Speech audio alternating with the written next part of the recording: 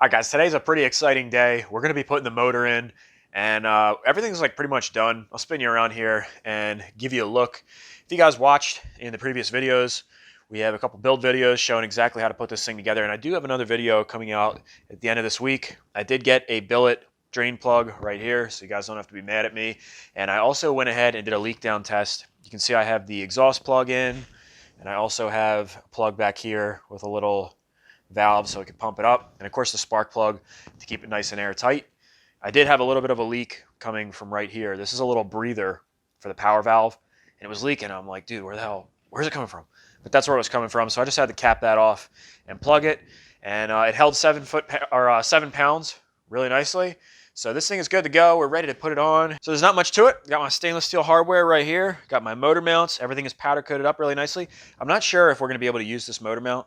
From what I understand, these ESR heads, you might have to use an ESR motor mount, but I'm not sure. This might just fit fine. All right, so I'm going to pop the motor off of this engine stand and throw it in the frame. But before I do that, remember to give me a thumbs up if you're enjoying this content. That helps me out a lot. And definitely hit that subscribe button. A lot of people have been telling me that they don't get notified when my videos come out. So definitely make sure that little notification bell is checked, and that way you'll know when all my videos come out.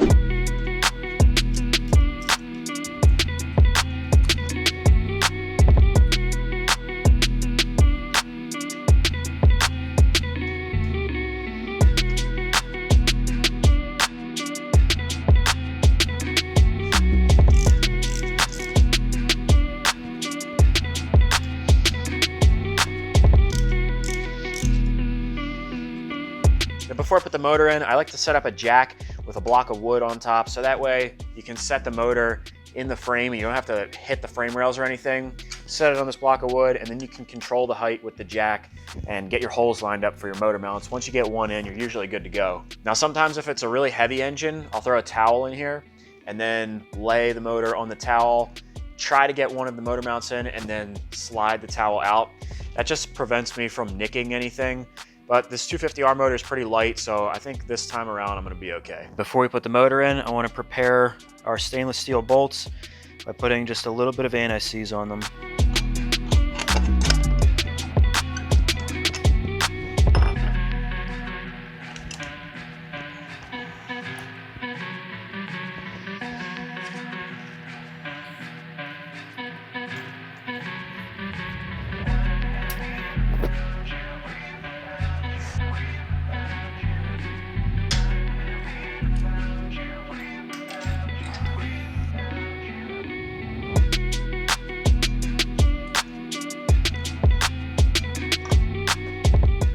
All right, well, this is interesting. So this may be difficult for you guys to see, but if you come underneath here, you can see the holes are not lining up here, and this one's close, but it's not quite there. So I got this top one in, but I see what's going on. So straight ahead, if you guys can see, one of the bolts in the cases, get in here for you guys. The one bolt is actually hitting the motor mount. So it's a stainless steel bolt, and it's not the traditional style bolt that comes with the 250R. It's the Allen head, and it's a little bit bigger, and you can see it hitting the motor mount, and it's not letting the motor slide back anymore to line this hole up. So what I'm going to have to do is take a Dremel and just shave that down just slightly. It's like a hair. So if you look at these two bolts, here's the traditional OEM bolt, and here's the stainless steel bolt. You can see the head on the stainless steel bolt is just slightly taller. So you have to remember too that washer's in there, so it's probably more like this. So as a matter of fact, I may actually just remove the washer, and that should bring the head down just a little bit, and then it should fit. I want to see if I can do this without pulling the motor out entirely.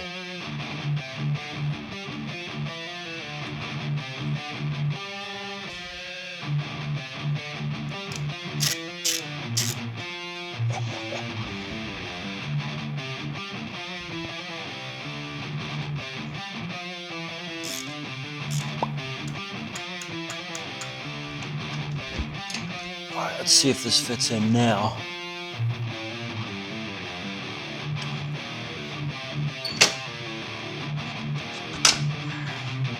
And we do have to take off this DRW case saver to get this bottom bolt in, but for the most part, we are golden.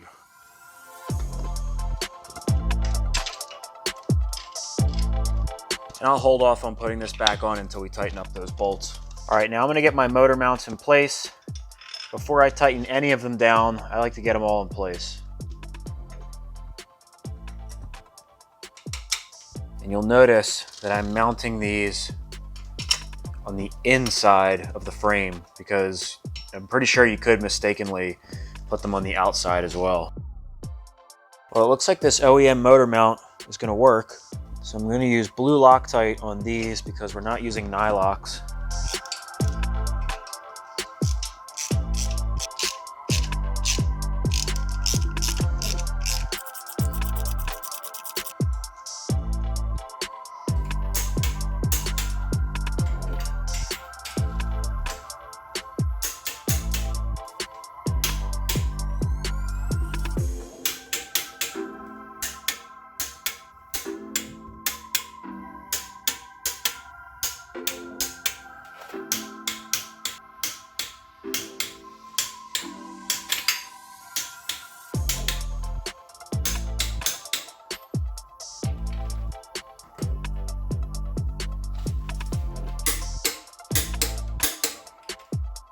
All right, I just put these rubber grommets in. Let's put the radiator in place and see what those scoops look like. Got our custom CNC billet radiator mounts from NPM Racing.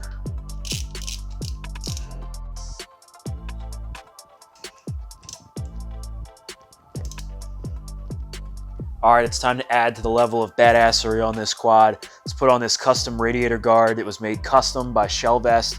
Thank you, bro. This is awesome. Can't wait to see what this thing looks like on there. All right, let's get these RTC scoops on.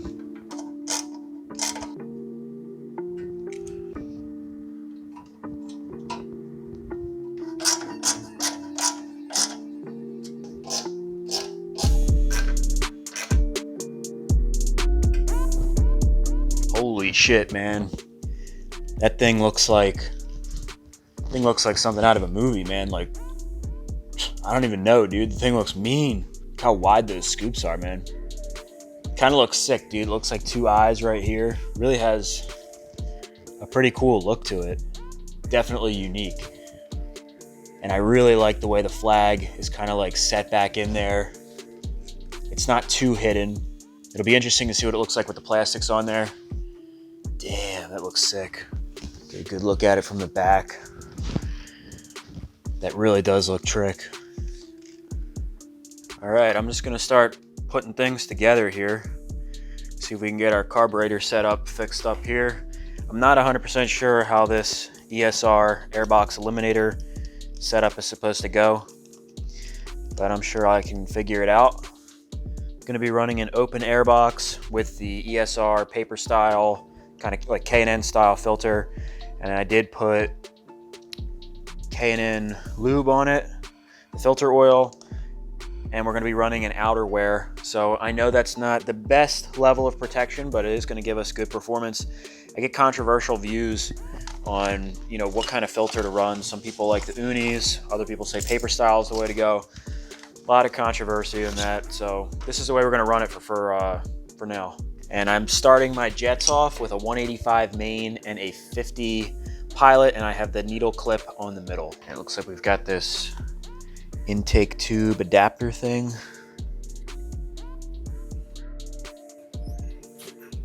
That is a snug fit for sure. Just barely fits in there.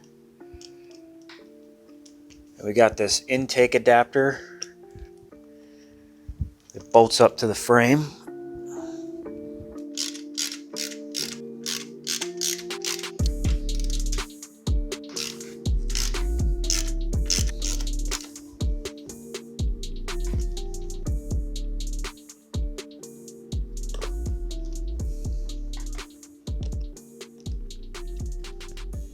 Man, that is a super snug fit.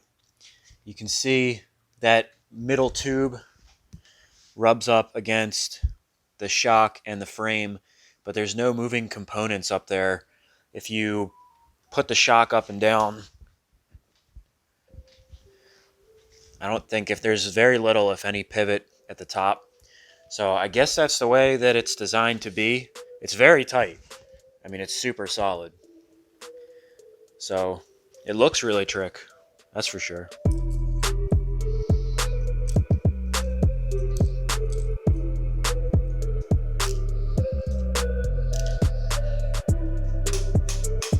See if we can get this electrical system hooked up.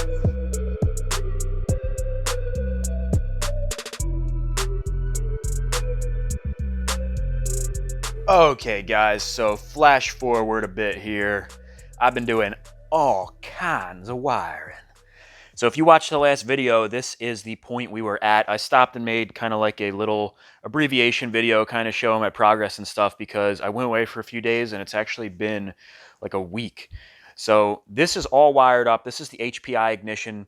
This is not OEM. It is all aftermarket stuff. Arlen from LED Performance recommended this system. He loves them.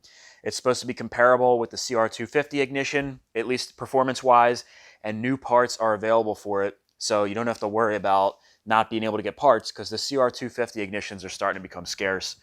I ran all my cables up the one side right here, trying to make everything nice and clean. I've got my Pro Design kill tether wired in.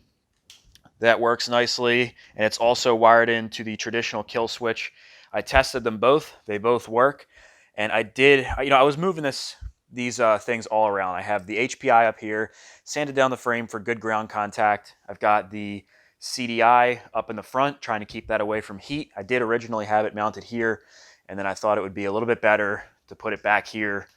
And it looks a little weird with the angle, but that was the smoothest way to get the wires to run. We're not going to see any of that anyway, but that looks pretty nice. I have a Deutsch connector that I put on the kill switch, trying to keep everything waterproof and clean. Have our shock mounted up right here. Like I said in the last video, so a lot of people are like, dude, why is it all the way up there? Because that's the rear shock mount. But that's how the guys on the 250Rs seem to run them. It came from ATV Galaxy with this long wire, straight from Elka. That's just how people run them. It's kind of going to be hard to keep it away from heat. So, the exhaust is going to be underneath here. It should be okay. That is prone to change. I'm not 100% sure. And I did want to say a huge thank you to you guys because I was having all this trouble getting a spark with this Hpi Ignition. I was starting to think that I possibly had a bad CDI. And if you follow me on Instagram, you saw I made a couple short videos, kind of letting you guys know what was going on. And right away, people were like, dude, that frame is powder coated. You need a better ground. So what I did is I pulled this motor mount off, sanded the back of the top portion, the front down here, and then the back of the frame so that there's bare metal in the contacting areas. Bolted that up nice and tight, and now we have a really solid ground from the motor to the frame because I think that's what it was. This is a great powder coat job by Bonehead Performance, and it's just thick, so it really just wasn't getting the contact that it needed. I did that, made sure that all my grounds were really nice and straight to the frame. You can see the bare metal down there. And now it's got a really strong spark. I've got a BR8 EIX plug. It's actually a Bosch plug. It's not an NGK. The only reason I did that is because that spark plug is like one of the dumb parts that I just didn't order. So I went to AutoZone and they didn't have an NGK. The Bosch one should be okay. If it's, I'll probably switch it over to an NGK eventually. But for what we're doing now, that's going to be fine. So yeah, everything is hooked up. We're good to go. We got our hour meter hooked up. That's going to be mounted on the inside of the frame, so you'll be able to kind of look across and see it. So we're looking really good, and I'm just going to move along here. The next thing I want to do is my radiator hoses, I believe. I'm trying to think. And I have my gas tank out here. I think I showed in the last video also. This thing came out really clean. I just wiped it down, man. There's no need to refinish this thing. We've got the 4Works carbon fiber cover. Is going to be going on top, so you're not even going to see anything. Contacted Alba because this gas cap is the incorrect size. So either I ordered the wrong one or they sent the incorrect one, but we're going to get that fixed. Easy stuff. All this stuff is cleaned off. I made sure that the petcocks have good flow. So I'm going to build the gas tank, put all that stuff together, put like these rubber straps on the frame. These go under the tank. Get that exhaust on, the Nerf bars, and we'll be ready to start this thing up, dude.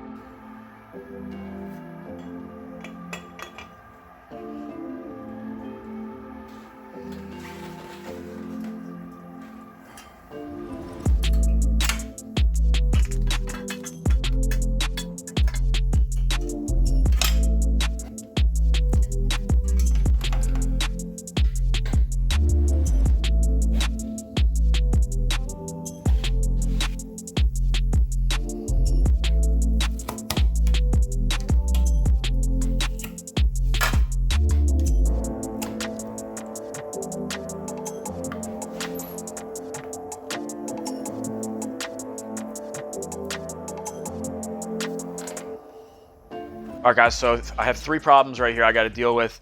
One is that I'm extremely hungry and I have no clue what I'm going to eat tonight, and the other 2 have to do with the exhaust. So actually, I have 3 problems. So on this ESR exhaust, we have a mounting tab right here, and you can see that just kind of floats. And then we have the mounting tab here, and then in the back. So like this one lines up nicely, and honestly, the way that it is, it's kind of tight, but you know, I want to put these mounting tabs here.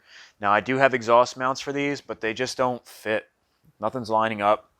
So I'm going to have to get tricky with those. I will definitely be able to make them work though, and this is just normal for aftermarket stuff.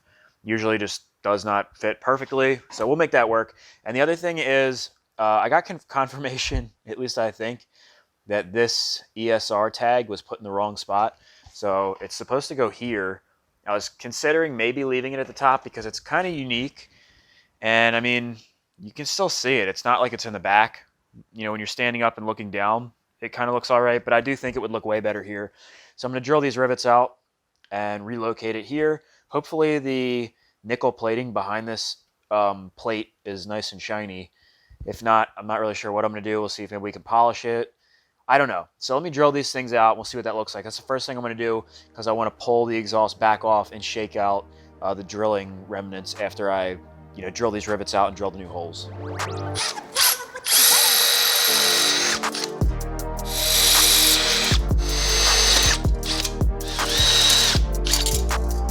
All right, I'm making an executive decision right now to either make this brushed or polished.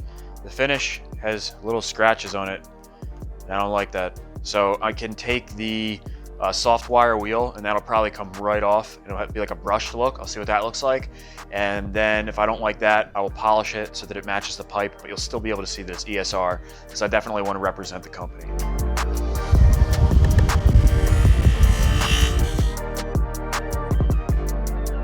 All right, not bad, not bad. This is the brushed look. Let's see what that would look like on there. Not a bad look.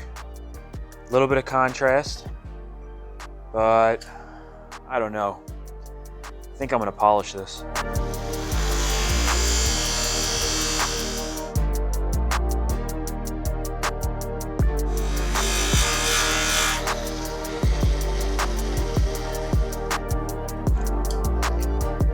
I think this is gonna look a lot better.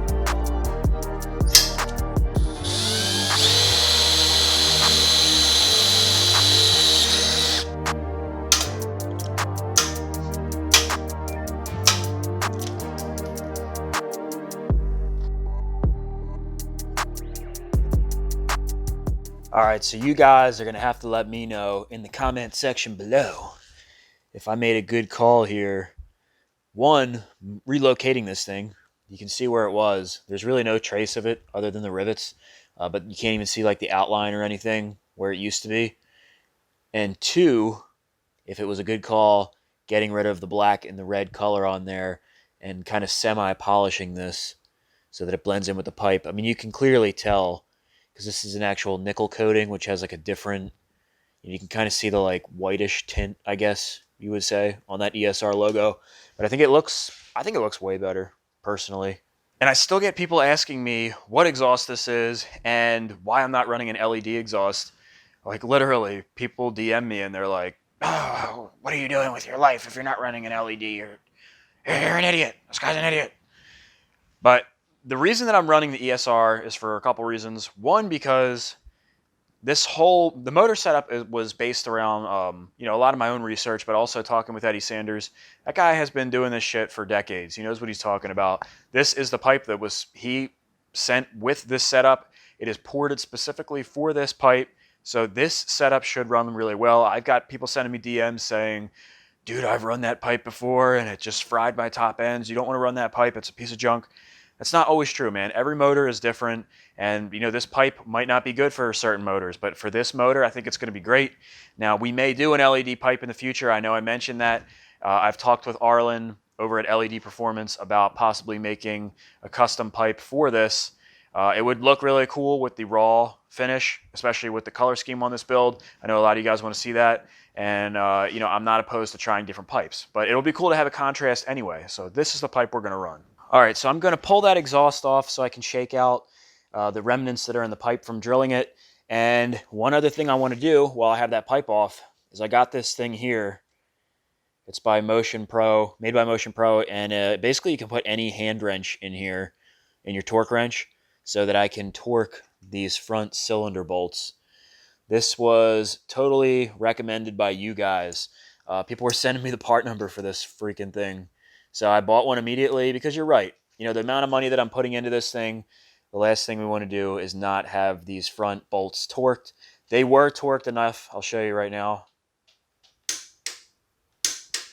And there is a calculation because of the distance here of the lever.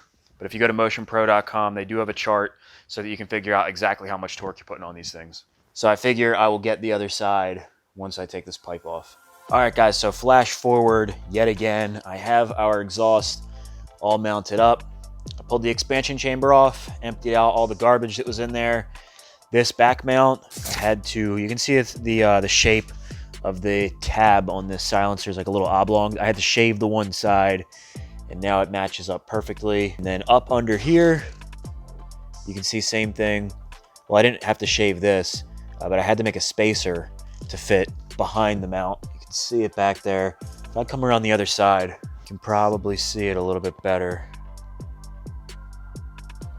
Nothing crazy, it was just a steel sleeve. I also put our DRW case saver on and the posts for our Nerf bars, because that's going to be the next thing to go on. And I have our gas tank all set, ready to go. I did pull these bumper things off of the side so that our Forworks carbon fiber cover could fit on nicely. And one last thing I wanted to mention is the location that I picked for this temperature sensor probably wasn't the best. I wasn't really thinking. The flow of the radiator is actually opposite of what I thought it was. And the flow, it comes out of the head. So that's where the temperature is going to be the warmest and it would be the most accurate. So really, it should be mounted up here. All right, so now it's time to get these factory 43 Nerf bars installed. It looks like a pretty simple installation. We have this one crossbar that's going to go up here. And then, of course, they're going to mount up on the pegs. And I will have to drill directly through the Nerf bars, through this peg, for some mounting bolts. That shouldn't be too difficult. And of course, we have these custom NPM mounts that are going to go on the back of these heel guards. You'll see when we install them. Oh, and of course, we have some custom nets, but I'm not going to show you them until we get these bars mounted up, and then we can put the nets on. To make sure I have this crossbar in the right spot, I'm going to slide the Nerf bars into place. All right, we've got another fitment issue here. So this front crossbar, we initially had going this way with the mounting plate in the front. Now the holes don't line up if you do it that way. So I could still mount it this way and just re-drill the holes. That would work, but I'd prefer to keep it in the traditional location. The only thing is, because we've gusseted the frame, this doesn't sit back quite as far as it's supposed to. So once I try to put these Nerf bars on, you can see, I mean, it will go back slightly. It's kind of hard to hold the phone and everything. But it's no problem. What I'm going to do is just mark where these gussets are and put little notches in the mount. That's not going to affect the strength of these really at all. Just put like a little half moon with a Dremel, get these things to fit nicely, and then we'll take it from there.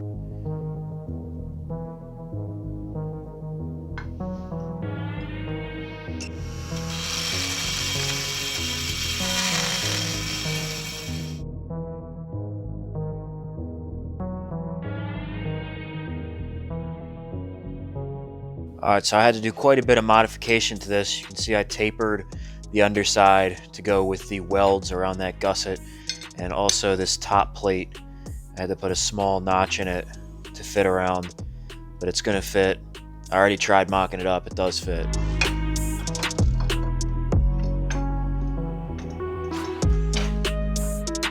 I also had to cut down one side of these U-bolts because it was bottoming out up against the frame.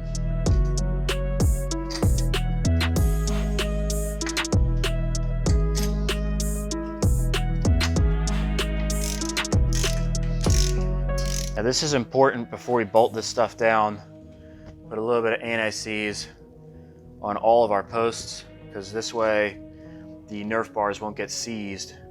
So if it ever comes time to remove these things, won't be an issue.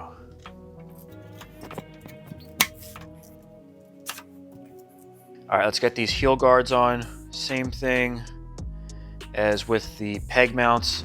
We're gonna put a little bit of anti-seize where these areas join up. And I did have to elongate the mounting holes on the back here just to accommodate our custom NPM mount.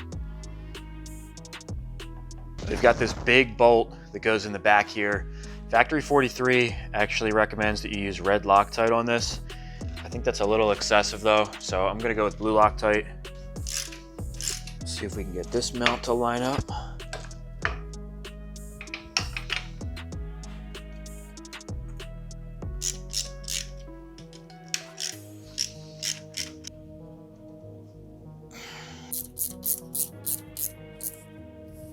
I'm going to tighten this to 50 foot-pounds.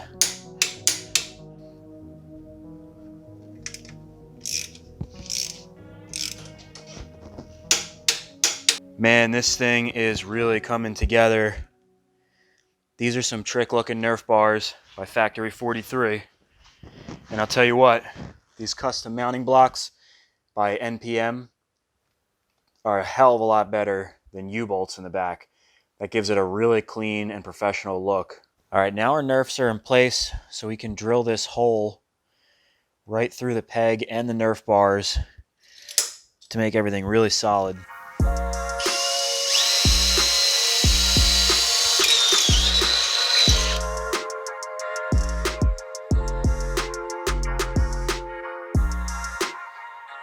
All right, let's check out these custom Jsr Nets that we ordered from HSD Racing.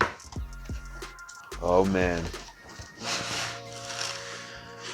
Oh, that's gonna look good. Wow. Dude, the color of these is like straight up military. It looks awesome. You can see you got the American flag on there, HSD Racing. Man, they're double stitched too. These are awesome. Wow, these are really nice. All right, let's see what these things look like on there.